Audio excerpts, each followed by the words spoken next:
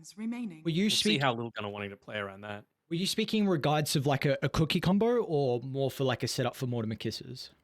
Set up for Mortimer's Kisses. Sure. Like, I feel like Cookie's good for a lot of stuff, but I don't feel like you need, like, especially once it gets past about 30 minutes, It's I hard to don't think execute. you have the luxury anymore to, just walk in and Cookie, because you're just going to die. Like, they have BKBs, you don't. So, uh, you're just basically feeding your life away for maybe landing a stun, which 80% of the time isn't going to happen. So, yeah, it becomes a little bit more challenging. You can just change up your game style as the game goes on, right? Like in the first 20 or so minutes, very happy to just go on forward and cookie. But once it gets later, you do really need to play around that Mortimer's Kisses so much Radiant more. team ban. Ooh, Ooh, it's a really late okay. pick IO. Could be an off position for IO as well. Paired together with a Mars. Nice lane. It's a really strong lane. A really, really strong lane. You don't see the 4-2-3 here at the 10 moment. seconds remaining. So gives you some really strong lanes for Army Geniuses. I mean, 5 the Queen of Pain seconds versus remaining. TA should be pretty solid. Oh, Mars is very, Dire very team good. back. And now Grimstroke can be a great laner with an aggressive carry as well. So Army Geniuses have set themselves up really nicely for this 24th pick. What are they going to like? They still, in my eyes, need someone that's going to get on the back lines. Like that is the main issue for mine. 10 seconds Maybe they just go remaining. Razor. I mean, I don't hate Radiant it, right? team You get the ban. extra movement speed with the Grimstroke. You're able to get on top of the TA. If you have an IO tethered together with you, once the team fights really start to happen in earnest, you're not going to get burst down by the likes of a TA. And you've also got some decent tower damage once you get into the Aghanim Scepter. I wouldn't hate to see it. 10 seconds remaining. My one concern would be the Bane and the Fiend script, but I feel like if you 5 Fiend script, seconds you remaining. have three heroes that Mhm. can stop it from happening, either silence Dire or team ban. stun or second silence. And you are probably looking a hero for Army Geniuses that's able to combat like the 18-minute timing, 18 to 20-minute timing on the Templar Assassin. So Mm. Razor's definitely a hero that comes online. It's a relatively good seconds lane matchup remaining. into the Spirit Breaker, which is another big thing. Mm-hmm. 5 seconds remaining. See Lilgun putting a little bit more priority though, getting rid of the Terrorblade and the Phantom Assassin as well. We're also still looking for Lilgun's 4-2-3 hero in regards to the carry. It's got to be asked, but any cheese that could be a potential? I mean, when we think of cheese that's left that he plays, there's Lone Druid left, but it's not really a hero right now. They obviously made it such a high priority. Whenever you're playing against Little Gun, you have to take that away from them. Brood, Lycan, already removed. He loves playing the Gyro and the Monkey King as well. So I think it'll just have to be a lot more standard with the way that he plays this. So when we think about that, what's going to be good against the Mars? Is it an Ursa game? It's not terrible. It's Also thinking not. like what's good against Io? Like what sort of heroes Radiant team pick. like to be Hmm. Sorry, I'm just thinking like when someone's tethered together with an IO, you want someone that's able to take advantage of the fact that you've got two heroes in close Yep. proximity to each other. Um, There's not a lot of carries that can really do that. Like I guess 10 Void's seconds one of the remaining. few that stand out, but Void TA you're never thinking of. You know, 5 like seconds any remaining. carry with like high AoE abilities. Dire team likes pick. Lifestealer as well. The sack. Well, Okay. it's kind of AoE, so A little unorthodox, but I don't hate it that's a little actually. gun for you. You do hate it or you don't hate I it? don't hate it. It doesn't feel like a full Okay. 2-3 hero. Like I haven't seen him play it a lot. But I want to see what 10 Army Geniuses seconds go real quick. They remaining. don't have a lot of reserve time, so not too much to identify how 5 they can look to seconds deal with the remaining. Leshrac. Choose your hero. Okay. Okay. How are they going to pair this? Are they going to put the Mars together with the Grim? No. Oh, I mean, we don't know, right? Like, the IO could very well just go with the Medusa. You never know. Like, it doesn't feel like Varese is going to do all that much in this top lane. Like, you being there versus Yeah. not is a non-factor, basically. Basically just making sure that the camps aren't pulled is your only job. Like I'm not a big fan of the Medusa now that you say that, because I want the Io and Mars to be together. We saw at TI how strong of a lane combo that is. Wami can now go armlet. It enables him to play off the back of a little bit more greedier build, where if you go first item blink and don't get pickoffs, your farm can really trail off. So armlet just makes you a much better hero overall with the Io sustain. But like you're saying, like putting Grimstroke and Deucer together feels a little bit awkward. So now you're looking for like an Io Deucer lane. Grimstroke Mars is definitely not the worst, but like I feel like you picked this Io to really enable Wami, and I don't know about it. We'll see. I mean, this is one of the advantages of picking up Naaman, right? For Army Geniuses, is that they get this whole new aspect to their hero pool. You know, there's aren't a ton of people in C that like playing the IO, so the fact that you've now got that at your disposal means that, I mean, depending on the result of this game, might even need to be first phase ban potential for all of their upcoming opponents. Yeah, I mean it's definitely adds another layer to their drafting and just their style as well for Army Geniuses, because I mean, we've seen it. If I was in the meta, he's first phase ban material, which can really just open up your draft. And you know, maybe you also have a pocket strat IO. If it's not as much in the meta, you pull it out, you take a game, all of a sudden you're up in a series and you go from there. So yeah, how we feel about this for Lilgun and Army Geniuses? It's, you know, Lilgun a little bit of something they're comfortable with, you know, Spirit Breaker, Templar Assassin, but again, 4-2-3 Leshrac doesn't feel as much like his style. And for Army Geniuses, you got a Zero with the Queen of Pain, really comfortable on, and Armor on the Eye, like you were saying as well. I wonder if they're going to do any kind of like blocking manipulation here on Little Gun just to get that level 2 up really early. Because you've got the Split Earth already leveled up. Nightmare into Split Earth has been a combo ever since Leshrac was played more as a support. And I feel like you've got a decent amount of potential to use that to harass quite effectively in the laning stage. So, I don't know. Like, I'm confident about two of Army Genius's lanes. Not so much about this top lane, though.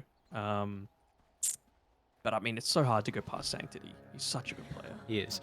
And it feels like you have a way to really take the game early with the TA Leshrac core duo, where you've got great Roshan potential now, especially with the Snapfire. You know, Kishko at the moment has a point in Scatter Blast, but I imagine at that stage you'll still at least go for like a value point in Lil Shredder to enable that. And Deucer is a hero that takes a little bit more to come online. So if Deucer does have a really good start, though, this is going to be key for Army Geniuses because she's a strong hero to be able to defend towers.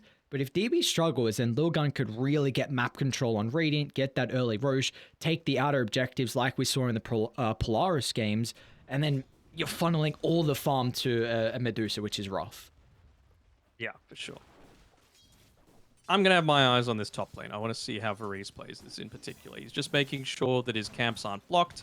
I'm sure he's going to try and body block the Radiant one as much as possible. Because you don't want him to be farming in an unsafe place, although he's actually looking to avoid it altogether. Kishka is going to have to go on body block the camp himself, so already a little bit of a win for Lilgun here. Big win. Look at the position of the creeps.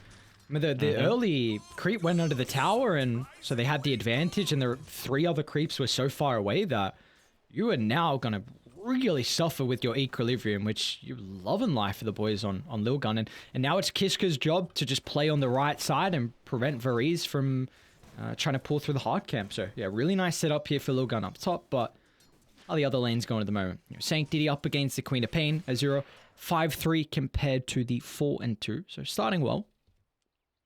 Yeah, I mean, that's the one little silver lining that you mentioned there, is that you can actually make that pull happen on the Dire side with the lane positioned as it is. So, like you mentioned, Kishka, his positioning is going to be pretty damn important.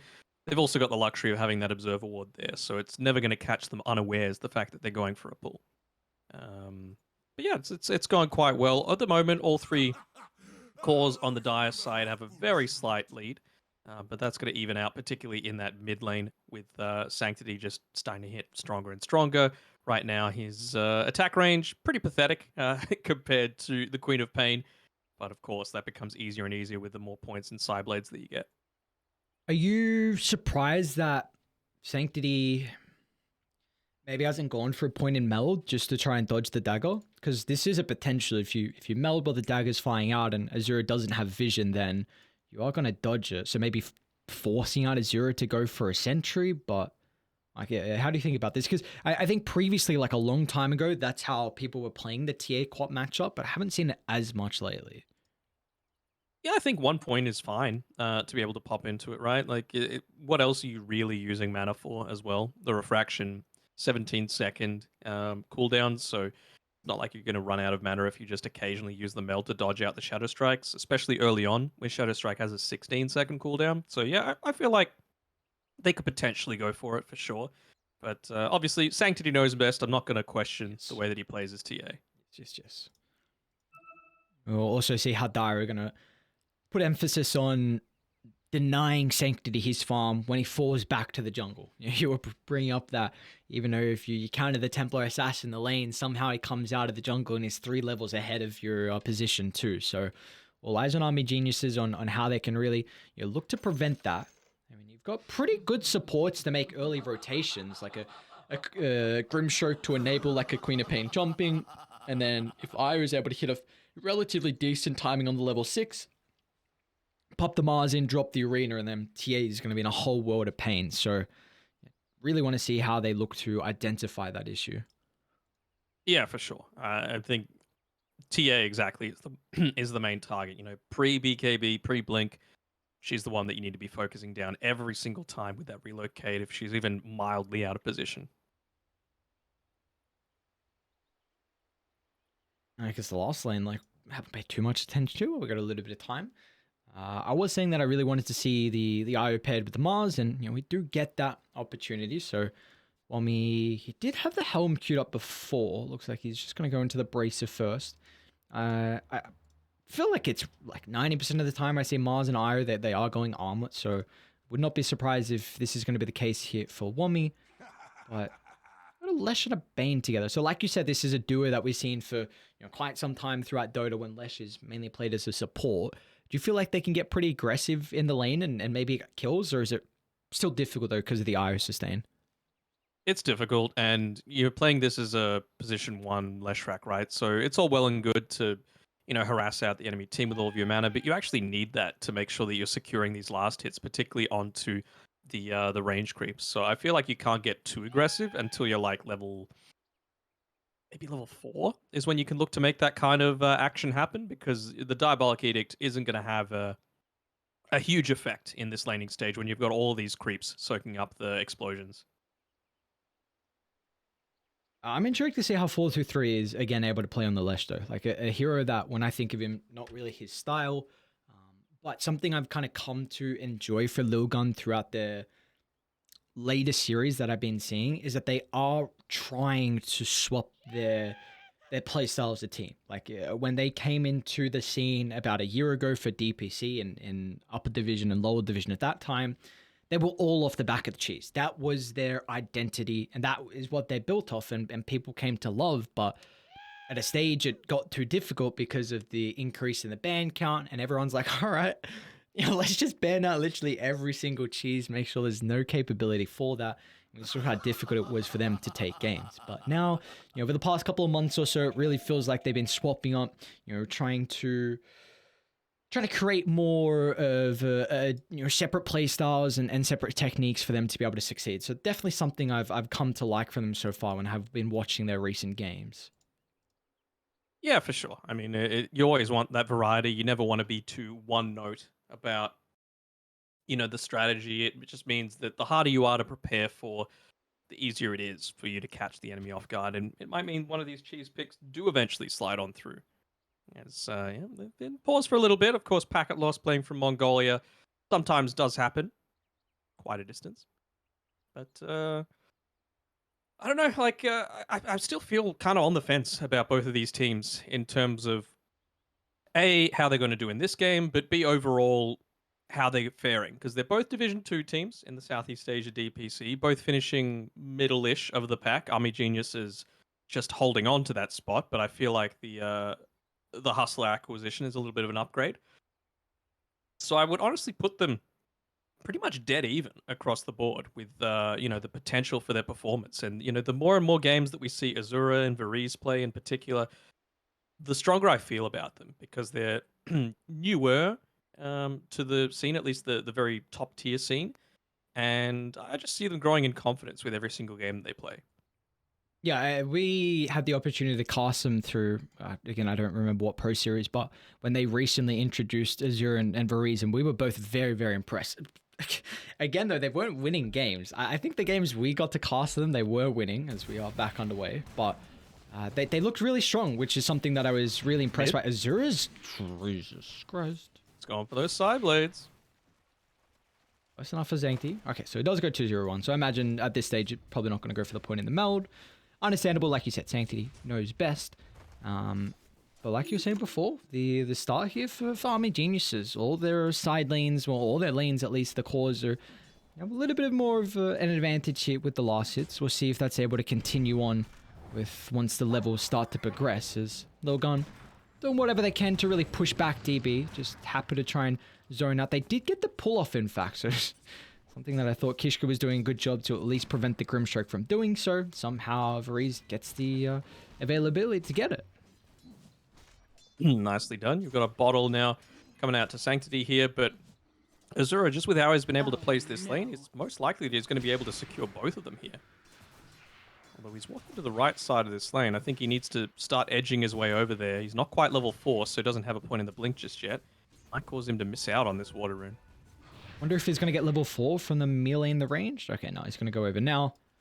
Just deny it. Yes, sir. Yep. Right, nicely done. Again, Sanctity tried to push out that previous wave and go towards the small camp, just TA things, and it's not there. It's been blocked up, so nicely done by Army Geniuses, exactly what you need to do against a TA, but despite that, even though the very start of the game was going quite well for Azura, it's already evened out, and it's just going to extend further and further in favor of Sanctity. I think he just bought a sentry ward for himself, so he's going to look to deward that small camp as quickly as possible. Blessings. So for Dire, how are you going to get yourself in a position to get over to the Ancients and block that up? Is it maybe Army Geniuses looking to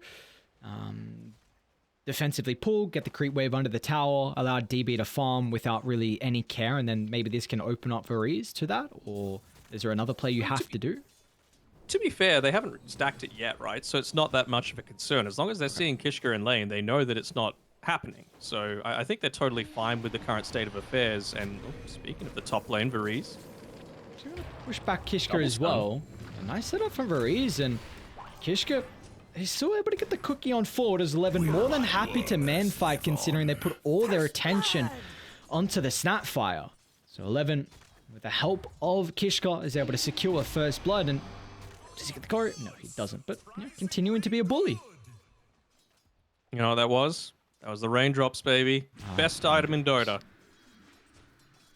So yeah, I feel like maybe now they'll feel a little bit more concerned now that Kishka TP'd all the way back to base. He's going to walk on out. Not quite there at the right time to get the stacks off, but might still make a little bit of a detour to do it. But it's going to be around that 6-minute mark, right? No, not 6 minute, the level 6 mark on Namen.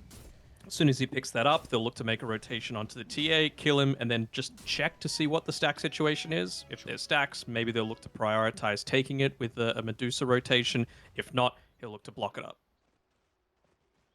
Bottom is continuing to fare really well for me, though. 13-5 compared to the 16-1. So 4-2-3. Struggling at the moment to be able to combat the high damage Mars has. This time it's Kishka getting the pull off onto this hard camp here. It's actually a stacked hard camp as well. So creep wave is being dealt with pretty quickly. That means lots of juicy experience coming through from 11 here.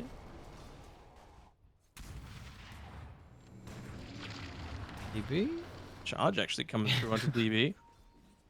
Now, I don't want to call out anything. Who be roasting?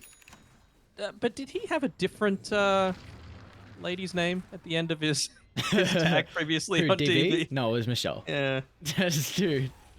Damn, you really put a man on blast. It was Michelle. It was Michelle. Was it always Michelle? My man's a player. I'm pretty sure, like, I'm you're making me second guess now, but I'm like 90% sure. All right, I'll trust you. All right, I'll take that. Well, my 90% is good enough. Mm-hmm. Okay, dope. Don't get the last hit. Very nicely done. And yeah, was he saying, did he fall back a little bit? Just wanting the bounty, a couple of creeps as well on his adventure. Continuing to try and push back DB, but as soon as the ink spell comes out, it's enough of a deterrent for 11 to be happy with the damage he's dealt. He's got the raindrops as well. Love it. I mean, why wouldn't you? You know, you're constantly getting Mystic Snakes tossed at your face. You're able to resist about a quarter of the damage coming through from it, and then it basically completely blocking the damage that you're taking. At least now with it, Mystic Snakes level 3. Well, DB is actually going to... I guess the positioning of the creep wave is not the greatest, and well, now even Varize is pushing up forward as well, so it does give them some information of at least the positioning from the ward. In fact, what did he kill? Was it a sentry? Okay, I was going to say, what just happened there? Pain without consequence. Lilgun have done a really good job with how they've managed the creep equilibrium. Like, DB has just not been farming right next to his tower, which has now pushed him all the way back to the jungle. And if Kishka finds a Medusa at this low health pool, he might be in trouble. He's got a salve coming out for him. Thank you, position 5s. Do you reckon cells are going to cost a little bit more next patch? Because we've kind of seen the... I don't know if I really want to call meta, but whatever you want to call it, like switch up where some carries are like not even going out to the lane with any resources. Just position 5, that is your job. Keep me healthy, thank you, brother. Honestly, towards the start of where you could share tangos, I was like, is this going to be it? Is it like, are we just never going to be having carries buy tangos ever again, and they're just expecting the supports to constantly feed it to them? And it's taken a while, but it kind of feels like it's getting to that stage. You know, these days we probably still see them buy one set of tangos on most carries, just because you can't trust supports a lot of the time. But yeah, it feels like it is kind of getting to that stage, doesn't it? What they change again? The cooldown got swapped a little bit with the tango share, right? Mm-hmm. I was trying to remember, because I know you can't hold... actually, no, like that's... You can't hold it for long in your inventory. Oh, Wami? They got the level 6 on Lesh, but good use of the spears, gonna push him away, and now Azure, oh, level 8, so a lot of burst potential. And it's coming into play. Azure, great use of his first ultimate at the moment. There's top lane. Varize is gonna be in a tricky situation. There's no way he can juke through the true line there, so 11's already having a really good start as well. Top of the net worth on the Spirit Breaker, and this is something that's going to be really scary, because if you can mirror the Spirit Breaker's timing with the TA's early timing and the Lestrax, then you've got a guaranteed way to get into the middle. And also, Shadowblade, guaranteed way to get onto the quad. Yeah, it's a recipe for success for sure. Maybe super early on it's not worthwhile going for the Quap just because you don't have the follow-up damage coming from the rest of your team, but certainly Grimstroke, very, very squishy to be able to start off a lot of these engagements. And if you're taking out one hero from one spell, you know, big win. And maybe you consider going for like a blink at some stage for the TA, just to be that follow-up damage with the help of the Spirit Breaker. Or maybe the Mortimer Kisses is just enough for some of these heroes, but Army Geniuses. Bring some friendly faces here to try and protect the T1 tower. Thank you there. Sees Wami nearby, so he's got the recognition. In fact, 11's going to look to charge on forward. Where he's a little bit too late to cancel this, and now Wami's got the opportunity to turn it around with the arena, but 11's got 1400 health to go through. Definitely not the easiest task at all, as Sanctity is also playing with a double damage rune. So he'll bring down Varize, he'll melt through Azure as well. Oh boy, Lilgun, they are well and truly on their way to these timings. I can understand why Army Geniuses wanted to make that rotation. Like, it sucks when it's into a DD, of course, and you got caught out a little bit there, like you said, a little slow on the Phantom's Embrace coming through from the Grimstroke, but you're against a TA, and you have a Medusa who is taking a few stacks inside the triangle. You can't just lose that engagement by not turning up enough heroes and having your stacks go away to the enemy team. They had to protect them. And at least DB was able to secure that for himself. So he's now moved to the top of the net worth himself, despite the fact that, of course, that team fight went so heavily in favor of Lilgun. Definitely still feels like it's going to be an issue though with how early they lost that tier 1 mid, because Dusa sure. needs these towers to kind of act as that bodyguard to just hold your triangle and make that area just a little bit safer. So now probably Dire are going to have to put a lot more attention into warding around kind of the river from mid to bottom and centering that area as well. Especially once you get that Shadow Blade up on the Spirit Breaker. You always want the middle as the priority, any kind of sentries, just to make sure that you're seeing any kind of charge that's been made across the map. Yeah, Observer Sentry combos, always the importance against those invis heroes. And if there are any Shadowblade builders as well, as Ace trying to find the setup at the moment. Narman's in a really good position to offer some saving aspects, so DB is at least able to farm the dead lane at the moment. 2-3 and Ace. Still feel like this is a kill they're going to be able to get, but as soon as they see the eye, they'll recognize maybe just trying to force some rotations. Yeah, don't hate that. Burn some mana too. Good presence of mind by Army Geniuses as well. Bottom They're actually lane. relocating.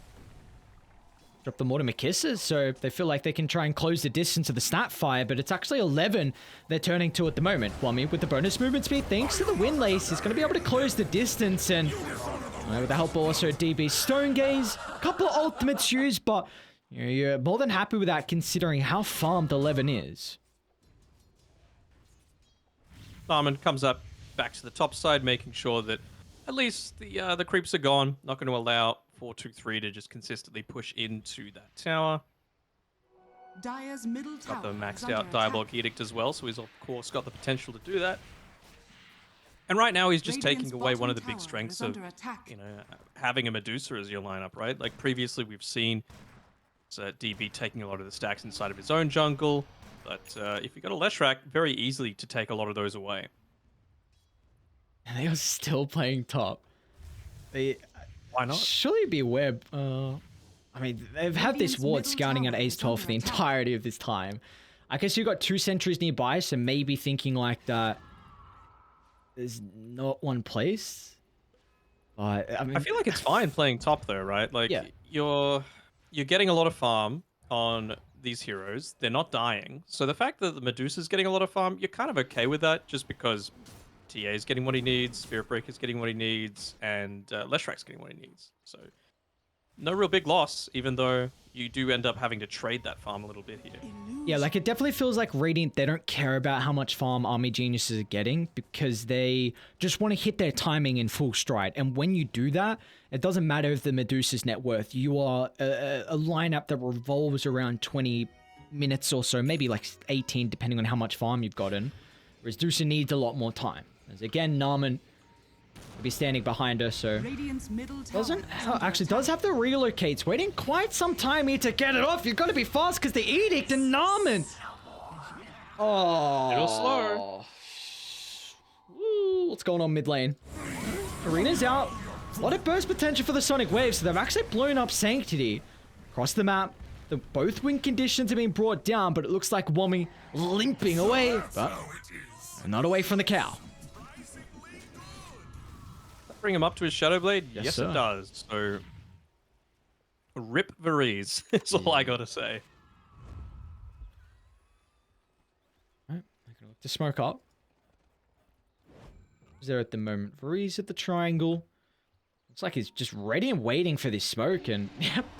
Well, this is exactly what we saw Lion Axe do from MY in multiple occasions through our previous series, and well, now it's going to be Varese mirroring that movement as well, at least moving that style. So it's okay though, because you're going to move to the move to the triangle. You get the kill. You're also taking away the Ancients and the hard camp for the next minute. So now this completely takes off this side of the map for Dire.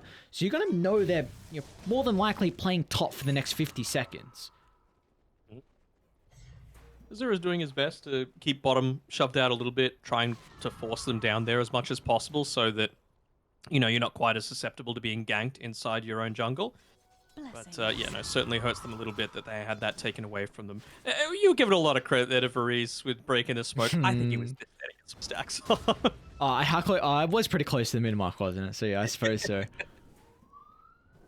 Come on, you gotta give credit where, even if it might not be 100% due. Freeze, don't worry, I got you, buddy. Danog's just a grumpy old man.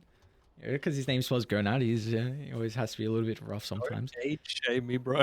Dude, I feel like every time we cast, like someone new recognizes it. It's just funny to see. It's just like Radiant's one middle tower person is every time. Whoa, what? All right, when do we feel like Radiant are able to take Roche? Just waiting for the Desolator, really, for the Templar Assassin. Like they've had full map control for now, but haven't really thought about it.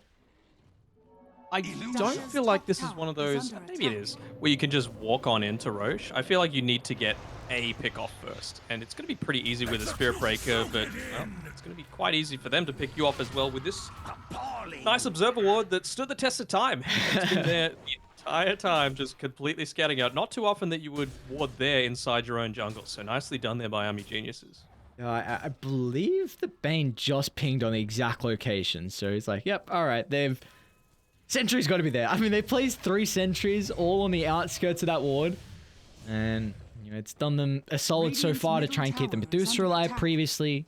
And now even get the Bane kill as well. No, actually, Army Geniuses are going to continue to try and make a play across the map as well, me along with a very smoke, but no one's home at the top side.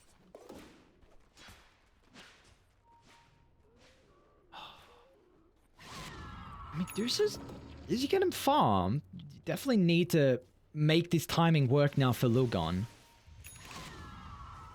Was even thinking that they might be going for Roche already. He tossed a Stroke of Fate in there, just to scout it out, just in case. But yeah, they've hit their timings though. Desolator's online. You've got the Eternal Shroud finished up on this Lashrak. Spirit Breaker has the Shadow Blade. He's continuing to farm on the bottom side of the map. They know this is when they need to try and make something happen. Man, Stepmire even has a Pipe of Insight. Just saw that. I was just going to ask you about that as Veriz. And caught out thanks to the trap advantage. This pick-off should be Roche. You were bringing up before they kind of feel like Lilgun need this pick to enable it. They've even got a DD in front. I think you just bottle it and go afterwards. You don't really need it for Roche, so... Let's see. Yeah, what do you feel about the pipe on Snapfire?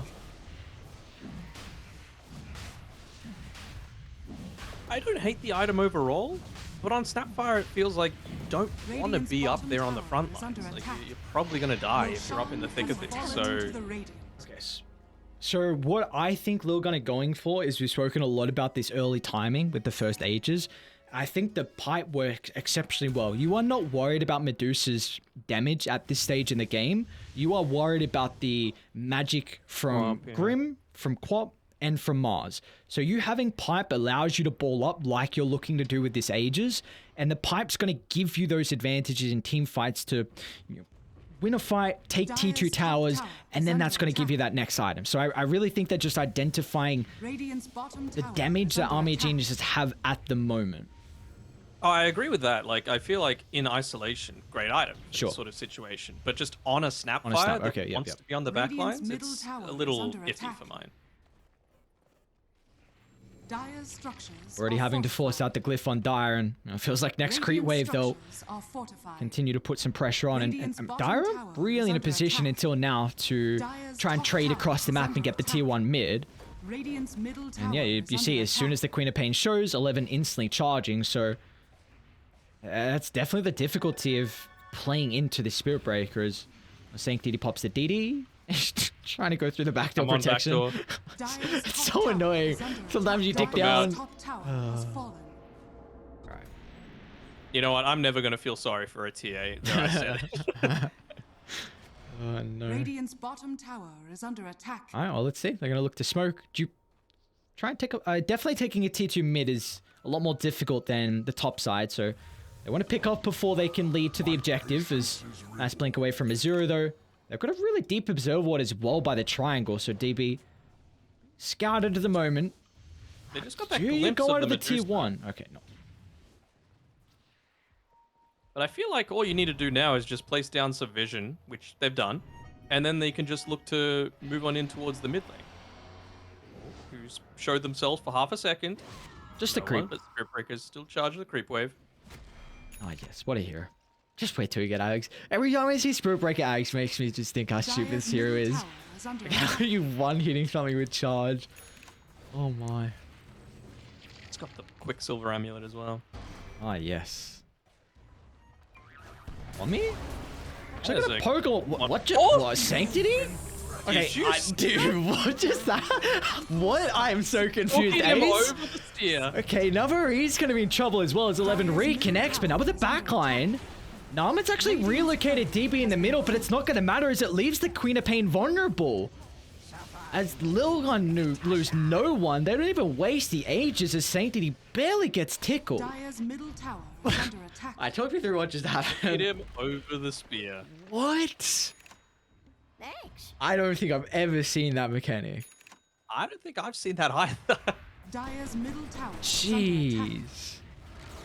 I've seen plenty of Dire's lion, middle you know, tower spears has over fallen. Mars Yeah, walls, yeah. but Nyx, never that, never the cookie, killing. and never to save. It's always like a minor grief that ends up happening from your own teammate. Wait, is Nyx the same with the Impale as the Earth Spike? Yeah. Okay. Yeah. I've just never seen that. And now it's getting even scarier. I mean, Lilgun, you've got BKB on 11. Sanctity's got BKB. Where's your other core? 423. He's got Yields as well after Eternal Shroud. So you are so survivable. And you still have Ages for another minute 10. So this definitely should be all the outer towers. And this is... You draft this lineup, and the best scenario, this is what you're wanting. All outer towers with first Ages, with how you've itemized. So they are well and truly in prime position for their draft. Even got a Dire's siege creep bottom backing him tower up. They'll have the has glyph this time around. Okay, and okay, sorry, hang on. Have you seen Kishka's itemization? Yes, that's what I was laughing at previously. I was like, he's getting a Crimson Guard as well. All What right, is going on? all up and go. That is the Lilgun way. I didn't know we got like a Chen on our team. Oh my. What's he gonna go next? Radiant Greaves? structures are fortified. Surely.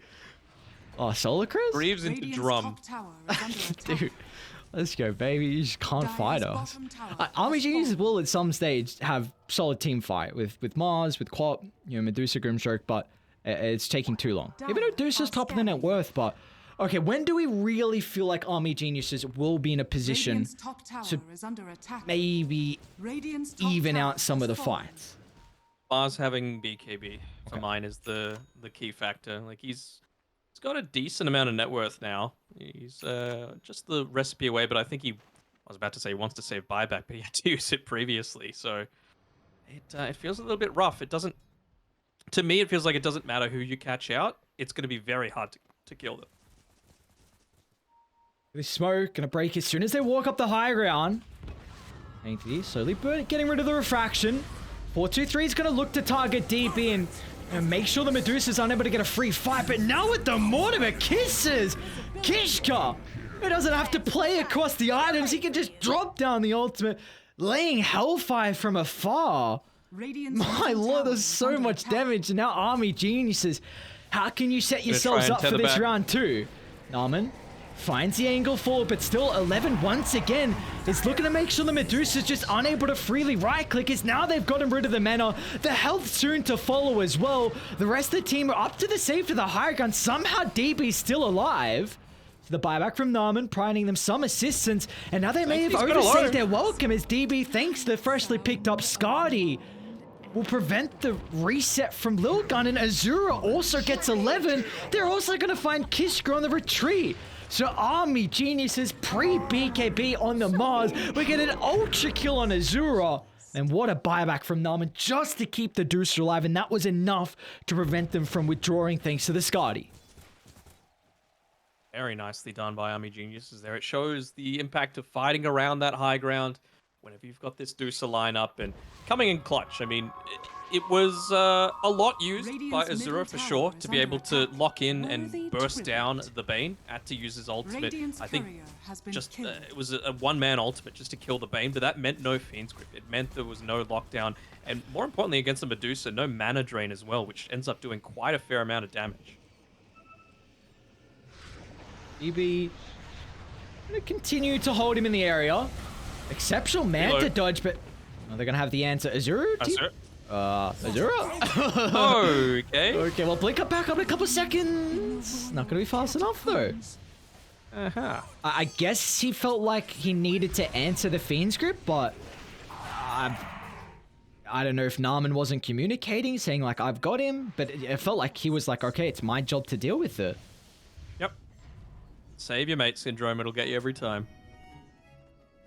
Alright. Wami needs this BKB. Like, Dude, 11. last fight, it felt like he did nothing, right? Like, he walked forward, he got Psionic trapped, he walked backwards, he tried to spear back, and then he got Mortimer's kissed and died. Like, there was no impact coming through from this Mars until he gets that BKB and he can withstand I don't a know. Snapfire ulting him. Like, yeah, DB deals some damage now with the Crystallis. They gotta give this lane to Wami. Oh, you love that sound. There we go. Are you a Crystallis or Crystallis person? I say Chrysalis. No, I don't. I think it's... I think I say Crystallis? Because they say Daedalus, right? So I feel like it's along the Don't same worry, Mortimer. I'm naming. still here. Yeah, but Daedalus is... a... It's the same Ulus. Okay. Chrysalis. It's always been... What messed me up with the Eastern European player. I'm trying to remember what team he's on now. Like, oh, come on. I was just going back and forth between the item and the player's name and just was not working for me. Dyer? Try and come out before He's the up D in ward. Oh, they see 5. Wami. There you go. You've been asking for the BKB on the Mars, and now he's got it. So we'll see how that's going to enable them more in these fights.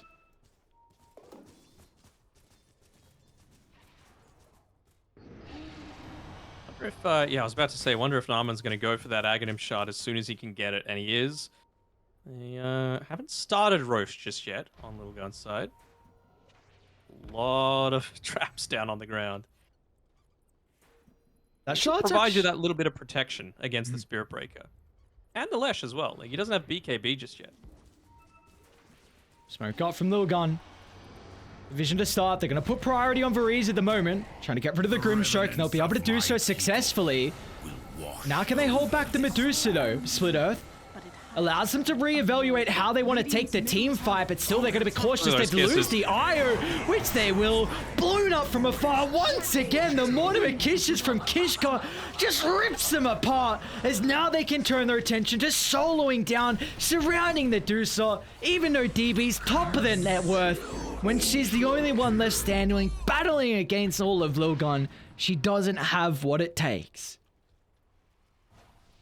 Even popping the pipe at the very end for good measure. Just not that the Dusa was going to do all that much magic damage to you. Just a little bit of the style points coming through there, and that's going to be the second Roshan secured. Nice little bonus as well. If you know, you're on point with the Psionic traps, you can even stop the relocates from happening, which has been basically the only thing stopping Lilgun from finishing this game so far. Roshan has fallen to the Radiant. There's the Daedalus. Daedalus?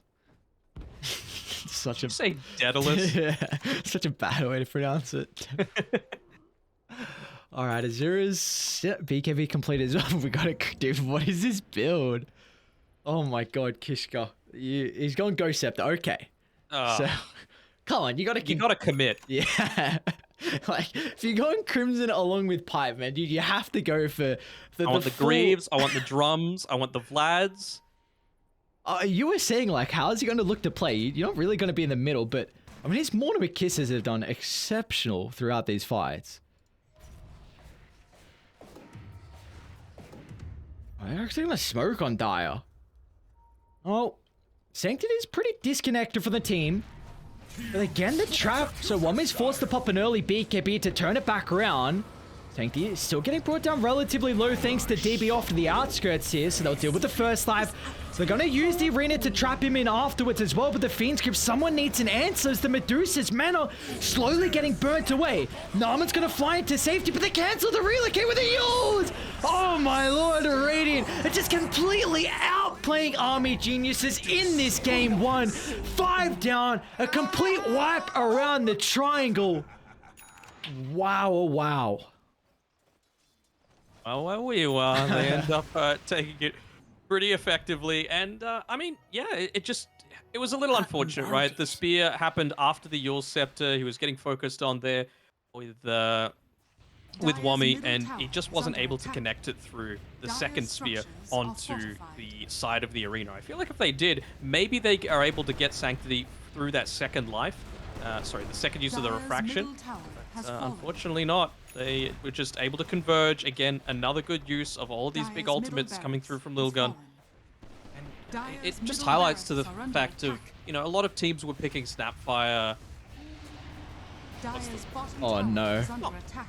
not mindlessly. They were picking the Snapfire. Dire's But bottom tower this is has kind of the fallen. ideal environment. I mentioned before that if I'm playing as a Dire's Snapfire, bottom I want barracks at are least under 2 attack. heroes that are able to go in and, be standing there on the front lines. Spirit Breaker accomplished that one early on, Dire's bottom and then they picked the barracks Leshrac has fallen. to finish things off, something that I only just considered, right? Yep. 2 heroes that really want to be in there, and it just opens up so much space for you to look like an absolute superstar.